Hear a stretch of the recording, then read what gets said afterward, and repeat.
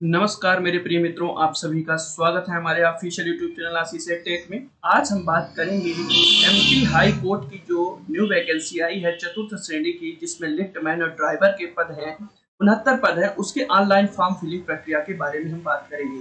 जैसा कि आप लोगों को पता है कि 13 तारीख से फॉर्म ये भरा जाना था, तो 13 तारीख आज है और 12 बजे से शुरू होना था, 12 बजे से शुरू हो चुका है। तो आइए हम चलते हैं फॉर्म फिलिंग प्रक्रिया को शुरू करते हैं। तो इसके लिए सबसे पहले आप गूगल पे आइए, गूगल पे सर्च करिए एमपी हाई कोर्ट रिक्रूटमेंट। ठीक है, इतना सर्च करेंगे या लिख दीजिए mpHC.gov.in रिक्रूटमेंट रिजल्ट। तो इस तरीके से डैशबोर्ड खुलेगा जिसमें आप रिक्रूटमेंट रिजल्ट वाले ऑप्शन पर क्लिक करेंगे। क्लिक करते ही ये देखिए इस तरीके से इंटरफेस खुलेगा, जिसमें आप यहाँ पे एडवर्टाइजमेंट पर क्लिक कर सकते हैं और थोड़ा सा देख सकते हैं कि एडवर्टाइजमेंट पे क्या कहा गया है और पढ़ सकते हैं। यहाँ पे आप अपने मोबाइल से भी फॉर्म ये भर सकते हैं, कोई दिक्कत नहीं है। 69 पोस्ट है, 13 से 28 तारीख तक फॉर्म ये भरा जाएगा और ये 8वीं 10वीं 12वीं तक के विद्यार्थियों के लिए 18 से 35 साल इसकी एज है। मोटा मोटा मैंने आपको बता दिया है। तो फॉर्म भरने के लिए ऑनलाइन एप्लीकेशन फॉर्म पर क्लिक करेंगे। क्लिक करते ही देखिए ऐसा डैशबोर्ड खुलेगा, जिसमें आप ये देखिए सबसे ऊपर लिंक है एग्जाम सेल पे, यहाँ पे एडवर्टाइजमेंट है, एप्लीकेशन फॉर्म 13 से लेकर के 28 तक, इस पर क्लिक करेंगे। क्लिक करते ही ये देखिए ऐसा डैशबोर्ड खुलेगा, जिसमें आप देख सकते हैं जबलपुर जो कि मुख्य पीठ है, खंडपीठ इंदौर और ग्वालियर में चतुर्थ श्रेणी के लिए और लिफ्टमैन और के लिए चतुर्थ श्रेणी में आकस्मिकता निश्चित वेतनभोगी कर्मचारी और लिफ्टमैन चतुर्थ श्रेणी वाहन चालक नियमित आकस्मिकता निश्चित वेतनभोगी, इसके लिए आवेदन पत्र भरे जा रहे हैं। इनका जो है तो आपका सिलेक्शन जो है तो साक्षात्कार के आधार पर होगा। इस लिंक पर क्लिक करेंगे। क्लिक करते ही देखिए आपका फोन नंबर मांगा जाएगा। वेरीफाई और लॉगिन पर क्लिक करते ही देखिए ऐसा डैशबोर्ड खुलेगा, जिसमें आप देख सकते हैं कि आपको एमपी हाई कोर्ट रिक्रूटमेंट चतुर्थ श्रेणी का फॉर्म किस तरीके से फिलअप करना है। ये पूरी चीजें मैंने आपको दिखा दी है। अब हम शुरू से देखते हैं कि फॉर्म में क्या कैसे स्टेप क्या होगा। स्टेप पर क्लिक करके आगे या पीछे जाएं। देखिए स्टेप फर्स्ट है, जिसमें आप बेसिक डिटेल ऑफ एप्लीकेंट डालेंगे। अपलोड और स्टेप 2 है upload documents related to your application और स्टेप 3 है एप्लीकेशन पेमेंट है। तो परीक्षा का नाम देखिए, परीक्षा का नाम मध्य प्रदेश उच्च न्यायालय की मुख्य पीठ जबलपुर, खंडपीठ इंदौर एवं खंडपीठ ग्वालियर में चतुर्थ श्रेणी के पदों पर भर्ती वर्ष 2025 हेतु आवेदन पत्र जो है तो ये भरा जा रहा है दोस्तों। अब यहाँ पे नोट दिया गया है, एक अभ्यर्थी मध्य प्रदेश उच्च न्यायालय के मुख्य पीठ जबलपुर, खंडपीठ इंदौर एवं खंडपीठ ग्वालियर में से किसी भी एक पीठ पर ही आवेदन कर सकता है। यानी कि आप एक से अधिक पद पर आवेदन करना चाहे तो ऐसा नहीं कर पाएंगे। ये साफ साफ निर्देश दे रहा है, इसको आप समझ लीजिएगा। अब हम पहले देखते हैं आवेदित पद वर्ग का नाम जिस हेतु आवेदन कर रहे हैं। आप देखिए class fourth contingency pad, driver class fourth, regular contingency और लिफ्टमैन।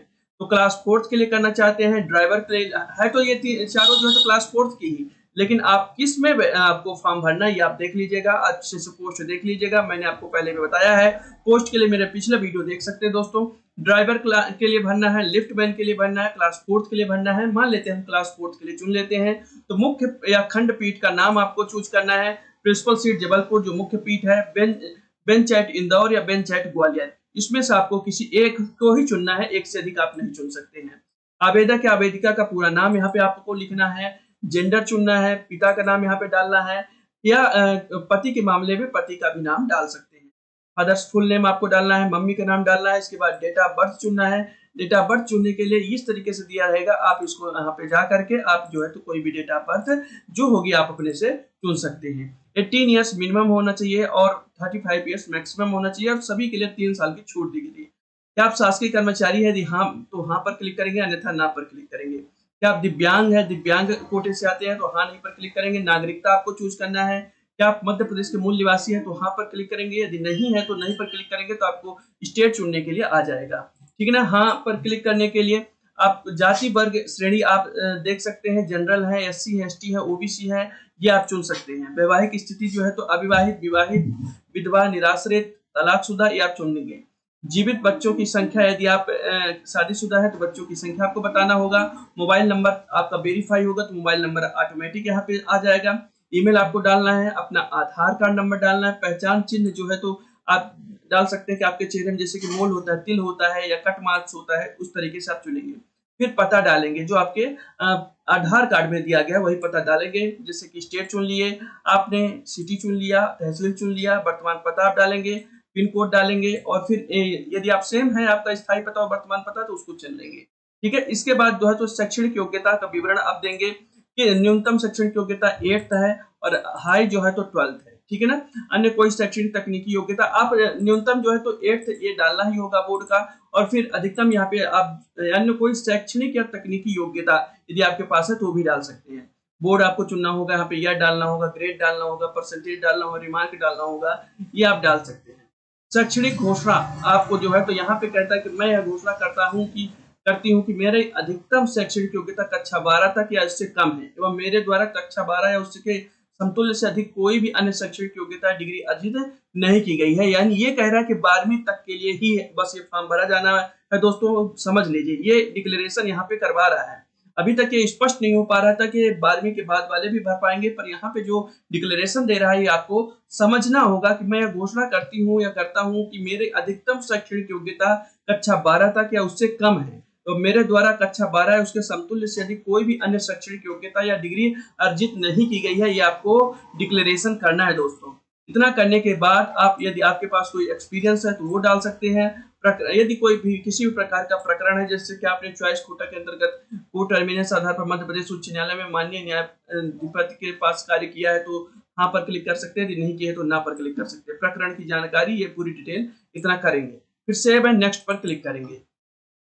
सेव एंड नेक्स्ट पर क्लिक करने के बाद आप जो है तो सेकंड स्टेप पे जाएंगे, upload documents related to your application, जिसमें आप देख सकते हैं कि डॉक्यूमेंट्स क्या क्या।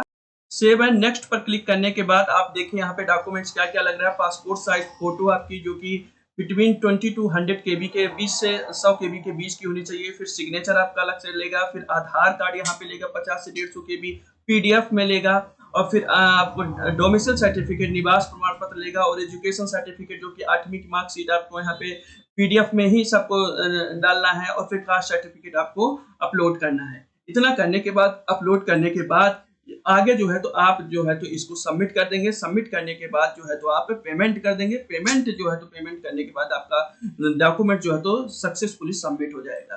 तो इस तरीके से मैंने बताया आपको high court of Madhya Pradesh recruitment जो चतुर्थ श्रेणी की वैकेंसी आई है उसका ऑनलाइन फॉर्म आपको किस तरीके से फिल करना है दोस्तों। यदि वीडियो आपको अच्छा लगा हो तो इसे लाइक करिए, शेयर करिए और हमारे चैनल को सब्सक्राइब करते रहिए दोस्तों। धन्यवाद।